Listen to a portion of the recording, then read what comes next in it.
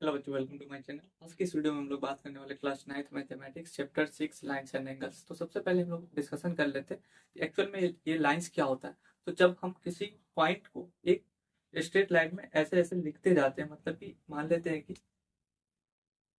इस डायरेक्शन में पॉइंट्स को लगातार लिखते जाते हैं कंटिन्यूअसली, तो ये एक लाइन का फॉर्मेशन करता है। अब जो लाइन होता है वो तीन तरीके का होता है। एक तो लाइन हो गया, दूसरा रे हो गया, तीसरा लाइन सेगमेंट हो गया।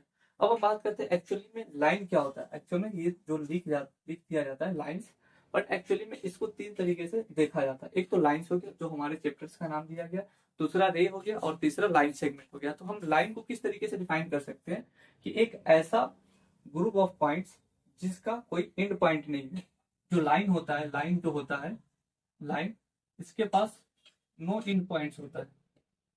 या इसको अनदर वे में हम लिख सकते हैं कि from both side it can be extended, from both ends it can be extended, it can be extended. हम एक लाइन को जैसे कि हमने यहाँ पे ड्रॉ किया, अगर मेरा मन करे, अगर ये लाइन है तो मन करेगा तो इसको इधर भी एक्सटेंड कर सकते हैं, इधर भी एक्सटेंड कर सकते हैं। तो इससे क्या पता चलता है, इसके पास कोई एंड पॉइंट नहीं होगा। या तो हम कह सकते हैं कि दोनों एंड पॉइंट को हम लोग एक्सटेंड कर सकते हैं, तो उसे हम लाइन बोलते हैं। अब हम बात कर लेते हैं रे क्या होता है। जैसे कि लाइन ही होता है, बट एक पॉइंट जो होता है, एक पॉइंट फिक्स्ड होता है और एक पॉइंट को हम एक्सटेंड कर सकते हैं। जैसे कि ये लाइन है, तो लाइन को हम इस तरीके से डिनोट करते हैं। एरो साइन शो करता है कि हम इसको मन करे तो हम इसको एक्सटेंड कर सकते हैं। तो क्या डिफरेंस होता है लाइन और एरो में? लाइन में दोनों तरफ से हम एक्सटेंड कर सकते हैं, उसी तरीके से जो हमारा रे होता है उसे हम जस्ट एक साइड से हम एक्सटेंड कर सकते हैं। और इसके पास मान लेते हैं ये रे है, तो रे में क्या होता है कि वन एंड पॉइंट होता है, वन एंड पॉइंट, या हम लोग बोल सकते हैं वन स्टार्टिंग पॉइंट होता है और नो एंड पॉइंट होता है। या दूसरे तरीके से हम लोग डिफाइन कर सकते हैं कि from one side, from one side it can be extended, can be extended. अगर कोई ऐसा ग्रुप ऑफ पॉइंट्स है जिसे हम सिर्फ एक साइड से हम अगर एक्सटेंड कर सकते हैं तो उसे हम रे बोल देते हैं। अब तीसरा हमारा क्या आता है, ग्रुप ऑफ पॉइंट जिसे हम किसी भी साइड से, बोथ एंड से हम इस तरीके से डिनोट कर देते हैं, या हम ऐसे पॉइंट दे देते हैं। इसका मतलब क्या होता है कि एक ऐसा ग्रुप ऑफ पॉइंट्स जिसे हम किसी भी साइड से हम एक्सटेंड नहीं कर सकते, यानी कि इसके पास बोथ एंड पॉइंट्स होता है। तो लाइन सेगमेंट क्या होता है, लाइन सेगमेंट, इसे तो हम ऐसे भी डिफाइन कर देते हैं कि it is the part of line which has both and points. तो इसको हम क्या लिख सकते हैं, बोथ एंड पॉइंट्स। या इसको हम और लिख सकते हैं, क्या लिख सकते हैं कि can't be extended, can't be extended. I hope आपको समझ में आ गया होगा कि लाइन क्या होता है, रे क्या होता है और लाइन सेगमेंट क्या होता है। अब हम इसके बाद बात करते हैं कि एंगल्स क्या होता है। तो जब भी दो रे एक जगह मीट करता है, उस वहां पे एंगल का फॉर्मेशन होता है। क्या होता है, जब भी दो रे एक जगह पे मीट करता है तो वहां पे एंगल का फॉर्मेशन होता है। और जहां पे ये मीट करता है उसे हम क्या बोल देते हैं, वर्टेक्स बोल देते हैं। ये रे हो गया, ये भी रे हो गया। इसे हम आर्म बोल देते हैं, इसे भी हम आर्म बोल देते हैं। एक्चुअली में ये रे होता है बट इसका नाम स्पेशल नाम आ जाता है, इसे हम आर्म बोल देते हैं। और ये जो एंगल बना इसे हम क्या बोल देते हैं, ये जो एंगल मतलब इंक्लिनेशन जो बना है उसी को हम एंगल बोल देते हैं।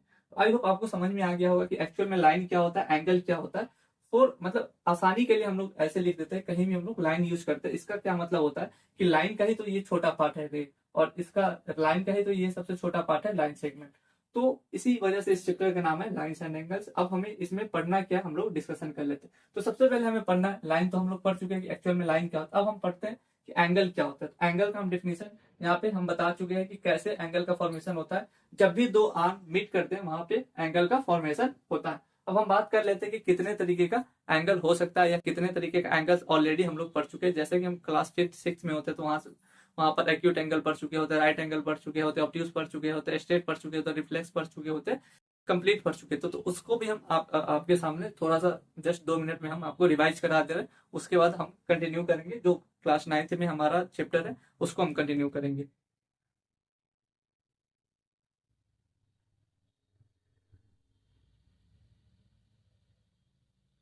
तो सबसे पहले हम देख लेते हैं कि एक्यूट एंगल क्या होता है। एक्यूट एंगल क्या होता है, ऐसा एंगल जिसका मेजर 90 डिग्री से कम हो, तो लेस एक्स एंगल है हमारा, और ये जब 90 डिग्री से कम हो तो हम इसे क्या बोल देते हैं, एक्यूट एंगल। फिगर की अगर बात करें तो ये मान लेते हैं ये एक्स है, या थीटा, अच्छा थीटा से हम डिनोट कर देते, सबसे आसान है, थीटा से हम डिनोट कर देते, थीटा क्या होगा, 90 डिग्री से कम होगा। अगर राइट एंगल की बात किया जाए, राइट एंगल की बात, ये थीटा एग्जैक्टली 90 डिग्री होता है, क्या होता है, थीटा एग्जैक्टली 90 डिग्री, तो ये ऐसे बन जाता है। उसके बाद हम बात करते हैं ऑब्ट्यूस एंगल। ऑब्ट्यूस एंगल, तो वैसा एंगल जिसका मेजर 90 डिग्री से कम हो बट लेस देन 180 डिग्री। क्या इसका डेफिनेशन है कि वैसा एंगल जिसका मेजर 90 डिग्री से ज्यादा हो बट लेस देन 180 डिग्री हो, उसे हम ऑब्ट्यूस एंगल बोल देते हैं। अब हम बात कर लेते हैं स्ट्रेट एंगल। स्ट्रेट एंगल क्या होता है कि थीटा जब एग्जैक्टली 180 डिग्री हो जाए, 180 डिग्री हो जाए, उसे हम क्या बोल देते हैं, स्ट्रेट एंगल बोल देते हैं। अब आते हैं reflex angle. Reflex angle, reflex angle क्या होता है कि जब कोई एंगल 360 डिग्री से कम हो और वो 180 डिग्री से ज्यादा हो, इस तरीके से हम रिप्रेजेंट करते हैं, उसे हम रिफ्लेक्स एंगल बोलते हैं। और कंप्लीट एंगल क्या होता है, कंप्लीट एंगल, कंप्लीट एंगल के बारे में कहीं कहीं बुक पे दिया रहता है, कहीं कहीं नहीं दिया रहता, तो आपको ये करना होगा तो कर सकते हो, अदरवाइज छोड़ सकते हो। ये क्या हो जाता है, theta is equal to 360 degree हो जाता है। आई होप हम लोग जितना भी क्लास 5th 6th में पढ़ते थे एंगल के बारे में, हम लोग जस्ट इतना ही पढ़ते थे। इसके अलावा एक छोटा सा आता है एक कम्प्लीमेंट्री एंगल और सप्लीमेंट्री एंगल। तो हम उसके बारे में कर लेते हैं कि कम्प्लीमेंट्री एंगल क्या होता है, सप्लीमेंट्री एंगल क्या होता है। जब दो एंगल का सम, जब थीटा 1 और थीटा 2 का सम 90 डिग्री हो, इसे हम क्या बोल देते हैं, कॉम्प्लीमेंट्री एंगल। कॉम्प्लीमेंट्री एंगल हम बोल देते हैं। और जब थीटा 1 प्लस थीटा 2 अगर 180 डिग्री आ जाए, 180 डिग्री, तो इसे हम क्या बोल देते हैं, सप्लीमेंट्री एंगल। सप्लीमेंट्री एंगल हम लोग बोल देते हैं। तो आई होप आपको समझ में आ गया होगा कि जब दो एंगल का सम 90 डिग्री हो तो उसे कॉम्प्लीमेंट्री एंगल बोलते हैं, जब दो एंगल का सम 180 डिग्री हो तो उसे हम सप्लीमेंट्री एंगल बोलते हैं। तो जस्ट इसी पे छोटा सा ये कंसेप्ट है, जब हम रिवाइज करें तो एक छोटा सा क्वेश्चन कर लेते हैं, उसके बाद हम लोग आगे बढ़ते हैं। और ये जो क्वेश्चन हम करा रहे हैं, ये आपके एनसीईआरटी बुक में भी दिया गया है, या साइड बुक में भी आपको मिल जाएगा ये क्वेश्चन देखने के लिए। बट ये जो है इसी टॉपिक पे कॉम्प्लीमेंट्री एंड सप्लीमेंट्री। तो मान लेते हैं ये क्वेश्चन नंबर 1 ले लेते हैं कि if one angle is three times then its complement angle find both both। मान लेते एक क्वेश्चन हम लिए हैं, क्या लिए हैं, एक एंगल है जो अपने कॉम्प्लीमेंट एंगल से तिगुना है, 3 टाइम्स है, तो उस दोनों एंगल को हमें मेजर करना है। तो सॉल्यूशन, सॉल्यूशन क्या मान लेते हैं, लेट फर्स्ट एंगल या smaller angle is equal to X ले लेते हैं, smaller angle is equal to X ले लेते हैं। तो लार्जर एंगल कितना हो जाएगा, लार्जर एंगल हो जाएगा 3x, क्योंकि 3 टाइम्स है। अब इन दोनों का सम कंप्लीमेंट्री एंगल शो कर रहा है, तो x plus 3x is equal to हो गया 90 डिग्री, तो 4x इज इक्वल टू हो गया 90 degree. X is equal to क्या हो जाएगा, 90 degree by 4 which is equal to 245, तो ये हो जाएगा 22.5 डिग्री हो जाएगा। आई होप आपको समझ में आ गया होगा कि कॉम्प्लीमेंट्री एंगल का कैसे क्वेश्चन सॉल्व होता है। अगर यहीं पे सप्लीमेंट दिया रहता तो यहाँ पे क्या हो जाता, 4x is equal to 180 degree हो जाता, तो x इज इक्वल टू क्या हो जाता, 180/4 which is equal to 45 degree. I hope आपको समझ में आ गया होगा। तो ये जो स्मॉलर एंगल है, लार्जर एंगल कितना निकल जाएगा, लार्जर एंगल इसको हम 3 से मल्टीप्लाई कर देंगे, 67.5 डिग्री आ जाएगा। उसी तरीके से ये स्मॉलर एंगल हो गया, तो लार्जर एंगल कितना हो जाएगा, लार्जर एंगल 45 इंटू 3 करेंगे तो 135 डिग्री हो जाएगा। तो इस टॉपिक पे जस्ट इतना ही क्वेश्चन बनता है कि कोई एंगल 45 डिग्री ज्यादा है, कोई एंगल 10 डिग्री ज्यादा है, कोई एंगल 20 डिग्री ज्यादा है, या कोई एंगल किसी एंगल से 3 गुना ज्यादा है, 2 गुना ज्यादा है। तो इसी तरीके के क्वेश्चन बनते हैं, और आई होप आपको समझ में आ गया होगा। या ऐसा भी होता है कि कोई एंगल 2:3 में या 3:5 में है, तो उसका आपको मेजरमेंट निकालना। तो आई होप ये वाला कंसेप्ट आपको समझ में आ गया होगा कि हाँ किस तरीके से एंगल को हम सॉल्व कर सकते हैं अगर कंप्लीमेंट या सप्लीमेंट दिया गया है। अब हम डायरेक्टली चलते हैं क्लास 9th के टॉपिक पे, जो हमारा वहां पे 3 एंगल्स के बारे में हमें बात किया गया। 3-4 एंगल, एक तो होता है एडजेसेंट एंगल, एडजेसेंट एंगल। उसके बाद हम बात कर लेते हैं लीनियर एंगल, लीनियर एंगल। उसके बाद हम लोग बात कर लेते हैं कॉरेस्पॉन्डिंग एंगल। इसके बाद हम लोग बात करेंगे vertically opposite angle. Vertically opposite angle, आई होप आपको समझ में आ गया होगा कि इस क्लास 9th में जस्ट हमें इन्हीं चारों एंगल के बारे में पढ़ना है। अब हम लोग बात करते हैं कि एक्चुअल में ये एडजेसेंट एंगल होता क्या। मान लेते हैं कि एक लाइन है, सीधा लाइन है या कैसा भी लाइन है, मान लेते हैं ये ऐसा लाइन है, दोनों एग्जाम्पल ले लेते हैं।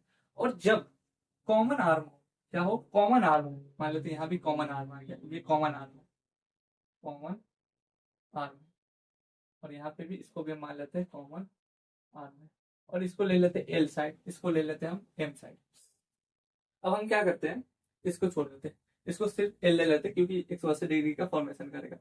जब ये एंगल क्या हो, ये θ1 और θ2, θ1 और θ2 के बीच में जस्ट जो कॉमन ये आर्म हो, ये दोनों के बीच में हो, मतलब कॉमन हो, दोनों एंगल के बीच में एक रे हो और वो दोनों के बीच में हो, उसे हम क्या बोल देते हैं, एडजेसेंट एंगल बोल देते हैं। एडजेसेंट एंगल का क्या डेफिनेशन हो जाता है कि दो एंगल के बीच में मतलब कंटिन्यूअसली होना चाहिए। फॉर एग्जांपल हम ऐसा भी फिगर बना सकते हैं, ऐसा भी बना सकते हैं, ये भी हो गया, ये भी हो गया, तो लेकिन ये थीटा इज इक्वल θ1 θ2 एक दूसरे के कॉमन, मतलब एक दूसरे के एडजेसेंट नहीं है। क्यों नहीं है, क्योंकि जो एंगल बनना चाहिए वो उन दोनों के बीच में कॉमन आर्म होना चाहिए। तो एडजेसेंट एंगल क्या बोलते हैं कि जब दो थीटा बन रहा है, जब दो एंगल बन रहा है तो उसके बीच में कॉमन आर्म होना चाहिए। तो एडजेसेंट एंगल का ये क्राइटेरिया होता है, तभी हम पता कर सकते हैं कि अच्छा ये एडजेसेंट एंगल है या नहीं है।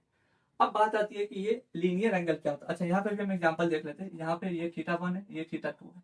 तो एडजेसेंट एंगल हमें पता चल चुका है कि ये दोनों एडजेसेंट एंगल है एक दूसरे के। क्यों पता चल चुका है, क्योंकि इन दोनों के बीच में एक कॉमन आर्म आ चुका है। अब हम बात करते हैं कि एक्चुअल में ये लीनियर एंगल क्या होता है। जब दो एडजेसेंट एंगल का सम, when sum of two adjacent angle is 180 degree, हम उसे क्या बोल देते हैं, लीनियर एंगल बोल देते हैं।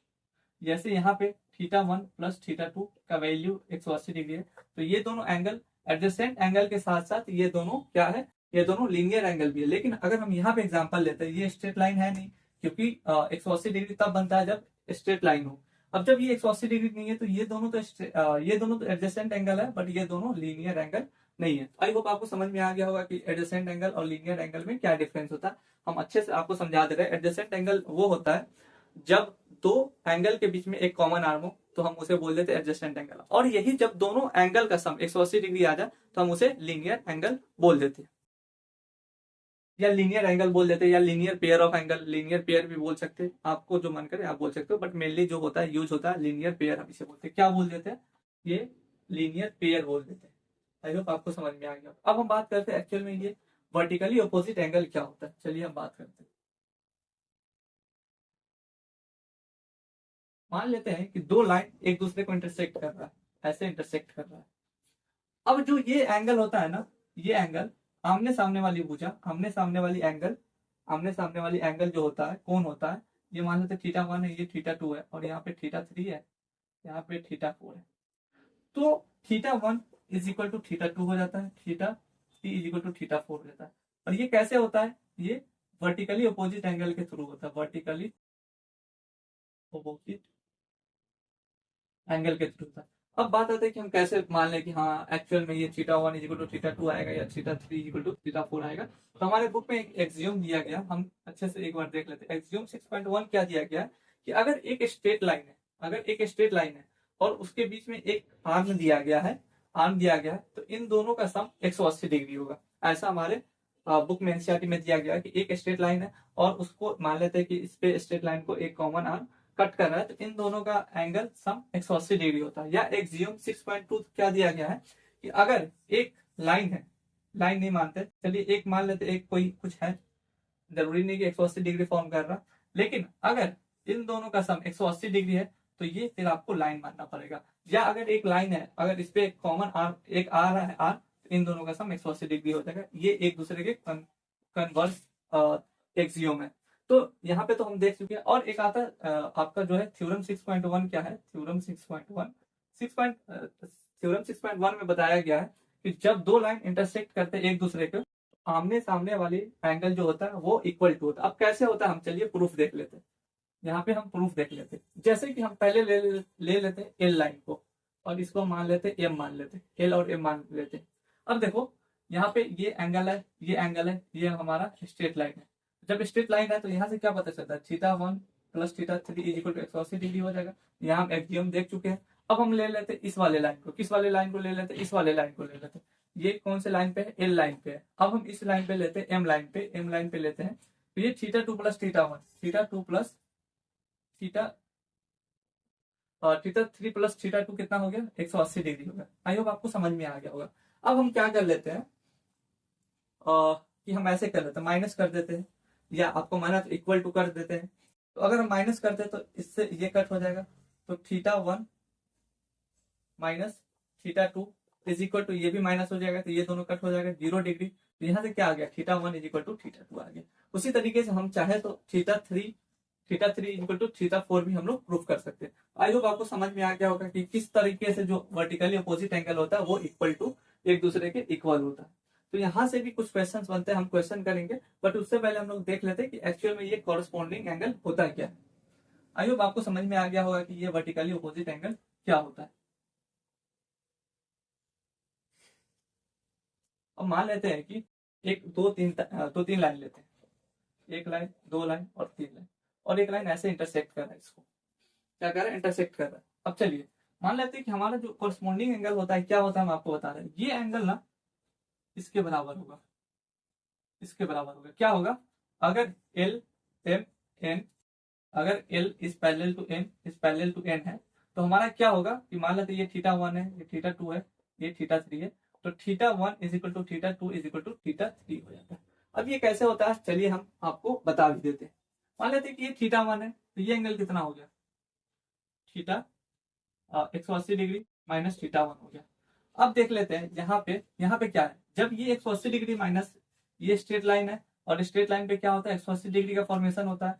इसको मान लेते हैं x मान लेते हैं। अब देख लेते हैं हम लोग 180 degree minus θ1 plus x is equal to कितना हो गया, 180 डिग्री हो गया। अब 180 डिग्री से 180 डिग्री हो गया तो x इज इक्वल टू θ1 आ गया। तो इससे हमें क्या पता चलता है कि जो ये हम θ1 लिए हुए थे ये इसके बराबर आ गया। अब जब ये इसके बराबर आ गया, ये यहाँ पे तो ये कहाँ पे हमारा फॉर्मेशन हो रहा है, ये वर्टिकली अपोजिट एंगल आ चुका है। और अभी हम लोग प्रूफ किया है कि जब हम अगर कहीं पे इंटरसेक्ट करता है तो आमने सामने वाली एंगल बराबर होती है। किस वजह से, तो ये वर्टिकली अपोजिट एंगल के थ्रू ये यहाँ पे इक्वल टू हो जाता है। तो इसीलिए हम लोग ना एक प्रॉपर्टी पढ़ते हैं कि अगर कोई लाइन इंटरसेक्ट कर रहा है इस तरीके से, तो यहाँ वाला एंगल इसके बराबर होगा, इसके बराबर होगा। उसी तरीके से यहाँ वाला एंगल इसके बराबर होगा, इसके बराबर होगा। उसी तरीके से ये वाला एंगल इसके बराबर होगा, इसके बराबर होगा।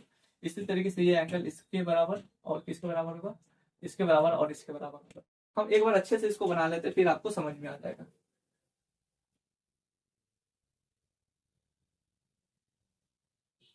क्या हम मान लेते हैं कि 3 लाइन दिया गया, लाइन 1, लाइन 2, लाइन 3, ये इतना हो गया। अब हम लोग θ1 θ2 θ3 θ4 ऐसे लिख लेते हैं। ये θ1 है, ये θ2 है, ये θ3 है, ये θ4 है, ये θ5 है, ये θ6 है, ये θ7 है, ये θ8 है। फिर क्या कर लेते हैं, θ9 है, θ10 है, θ11 है एंड θ12 है। अब हम प्रॉपर्टी यूज करते हैं। सबसे पहले प्रॉपर्टी क्या यूज करेंगे कि ये जो कॉरस्पॉन्डिंग एंगल है ये इसके बराबर होगा, ये इसके बराबर होगा। क्या होगा, θ1 is equal to θ5 is equal to θ9। एक तो ये हो गया। अब हम फिर यहाँ पे अप्लाई करेंगे, ये इज इक्वल टू ये इज इक्वल टू ये इज इक्वल टू हो जाएगा। तो हमारा क्या हो जाएगा, θ2 is equal to θ6 is equal to θ10 हो जाएगा। फिर हम अब यहाँ पे अप्लाई करते हैं, θ4 is equal to θ8 is equal to θ12। तो θ4 is equal to θ8 is equal to θ12। अब हम एक और यूज करते हैं, θ3 is equal to θ7 is equal to θ11।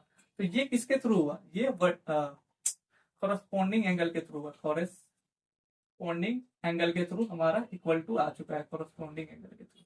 अब हम करते हैं, ये तो कॉरस्पॉन्डिंग एंगल का प्रॉपर्टी लगा ली, और भी हम बहुत सारे प्रॉपर्टी लगा सकते हैं। जैसे हमारा θ12 इज इक्वल टू θ10 होगा, θ10 इज इक्वल टू θ12 होगा, θ9 इज इक्वल टू θ11 हो जाएगा।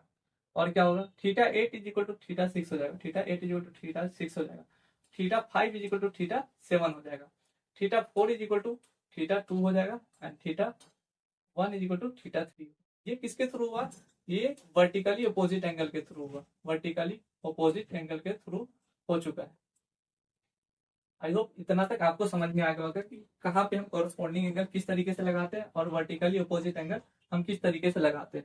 और यहाँ पे और कुछ कुछ देख लेते हैं, जैसे कि थीटा क्या है, थीटा 11 प्लस थीटा 12 का एंगल सम 180 डिग्री होगा, क्योंकि एक लाइन पे फॉर्म कर रहा है। उसी तरीके से theta 12 plus theta 9, theta 12 plus theta 9 का एंगल 180 डिग्री होगा। उसी तरीके से थीटा 9 प्लस थीटा 10 का एंगल 180 डिग्री होगा। उसी तरीके से 10 11 का भी थीटा 10 प्लस थीटा 11 का 180 डिग्री हो जाएगा। उसी तरीके हम यहाँ भी निकाल सकते हैं, यहाँ भी निकाल सकते हैं। ये किसके थ्रू हुआ, तो ये लीनियर पेयर के थ्रू, लीनियर पेयर के थ्रू हमारा 180 डिग्री सम निकल जाता है। तो आई होप आपको समझ में आ गया होगा कि एडजेसेंट एंगल क्या होता है, लीनियर एंगल क्या होता है, वर्टिकली अपोजिट एंगल क्या होता है, कॉरस्पॉन्डिंग एंगल क्या होता है। इसके अलावा कुछ कुछ चीज दिया गया आपके एनसीईआरटी में, हम थोड़ा सा डिस्कशन कर लेते हैं।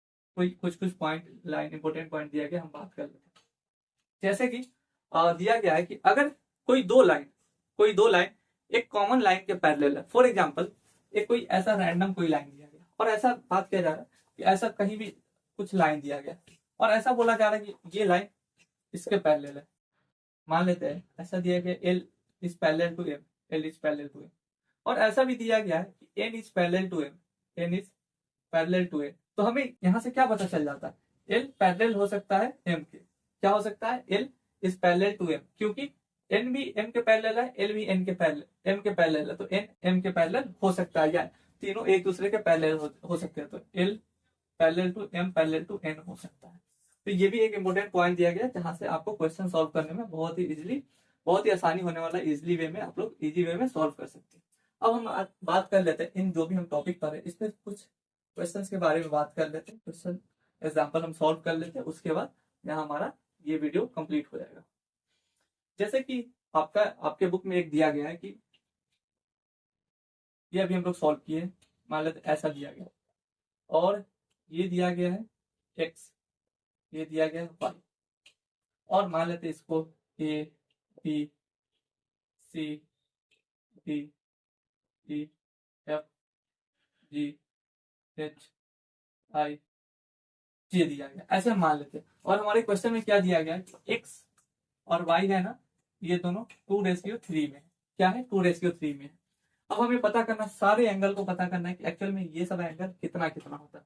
तो हम मान लेते हैं कि ये जो 2:3 है, तो हम इसे मान लेते हैं 2l plus 3l is equal to 180 degree, क्योंकि यहाँ पे लीनियर पेयर बन रहा है, ये दोनों एंगल का सम 180 डिग्री हो जाएगा। तो ये क्या हो जाएगा 5l। अच्छा एक और चीज, ये तीनों लाइन है ना, ये तीनों लाइन एक दूसरे के पैरेलल है, मान लेते हैं ये s है, ये t है, u है, तो s इज पैरेलल t दिया गया है, पैरेलल टू यू दिया गया। तो ये क्राइटेरिया दिया होना चाहिए, तभी आप ये कर सकते हैं। अदरवाइज अगर पैरेलल लाइन नहीं है तो फिर आप ये सब सारे प्रॉपर्टी आप यूज नहीं कर सकते। तो ये कितना हो जाएगा 5l इज इक्वल टू कितना हो जाएगा 180 डिग्री, तो l इज इक्वल टू कितना आ जाएगा 36 डिग्री हो जाएगा।